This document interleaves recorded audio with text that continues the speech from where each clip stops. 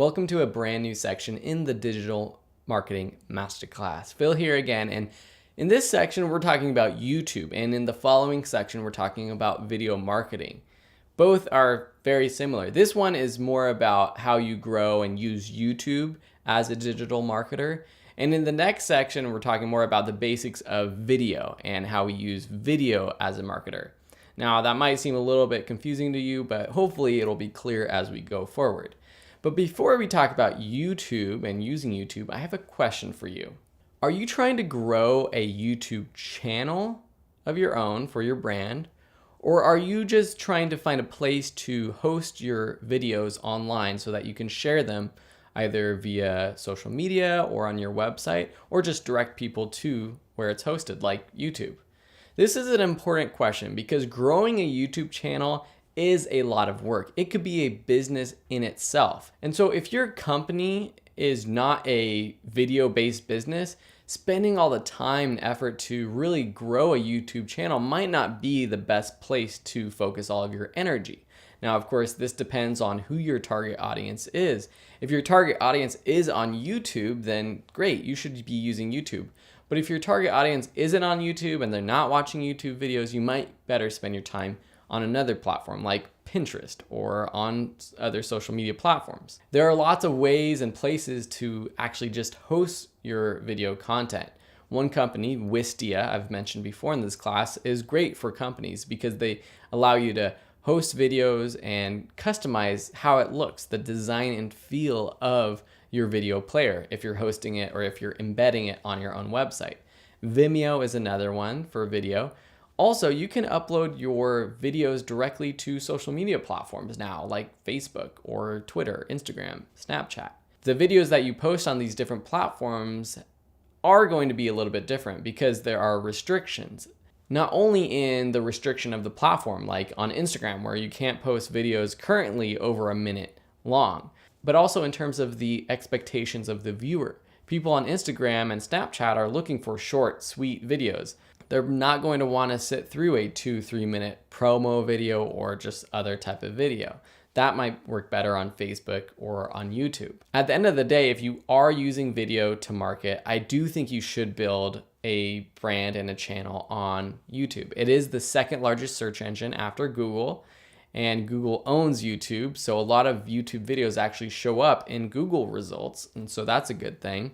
There are millions of people using YouTube every day. It's great for mobile devices. And in fact, more 18 to 49-year-olds watch YouTube content on their mobile device than any other cable or network television station or network. That's huge. YouTube is taking over and disrupting how people consume video. It's not just in the theater anymore. It's not just on TV anymore. And we know this. Mark Zuckerberg of Facebook has said that video content will make up the majority of content shared on Facebook within the next few years. I already see it right now. If I search on my own newsfeed, most of the content is video. So yes, you should be sharing your videos on Facebook as well and even hosting on Facebook, but this section is about YouTube. And as a marketer, how do we use YouTube properly? Well, it's basically the beginning of our funnel. It's where people become aware of us. If you remember AIDA and our other funnels, it's that awareness phase, and it's where people can start to get interested in our brand. So your video lives on YouTube, or maybe you embed it on your own website, or you share it on social media, and that drives interest. There's tools like YouTube cards. There used to be annotations. There's the end screen. You can have call to actions within your video. You can use the YouTube description to link out and back to your website or to wherever you want to send that traffic. Some of those people who watch will then click on that link. And on that page, you need to decide, what are you trying to do? Are you trying to get someone to buy a product or service? Are you trying to get someone to sign up for an email list? Or are you just trying to get someone more aware of you, and are you just sending them to a blog article, for example? Typically with my YouTube funnels, I try to get people on my email list first. Remember, that's the highest converting tool that we have as marketers. And so I'll send people to a landing page with an opt-in form or to a blog article that's relevant to them, that's relevant to that video or related, and it has an opt-in form on there too. Of course, once they get on that opt-in form, they We have their email, we can send them emails, we can put them on an email sequence, and that's how we get people from YouTube to purchase our products and services. The key is to know your goals. Are you trying to build your tribe?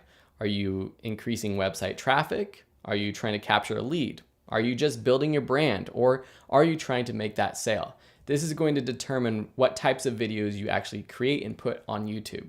And also how you write copy and use calls to actions within your video or the description to actually get that action to take place. There are lots of different types of marketing videos out there. This is the content marketing that we're talking about. Some examples that you can use for your own business are customer testimonials, product demonstrations, explainer videos and tutorials, thought leader interviews, case studies, live streaming and events, or even just vlogging, showing the personality and the backstory of your business and brand.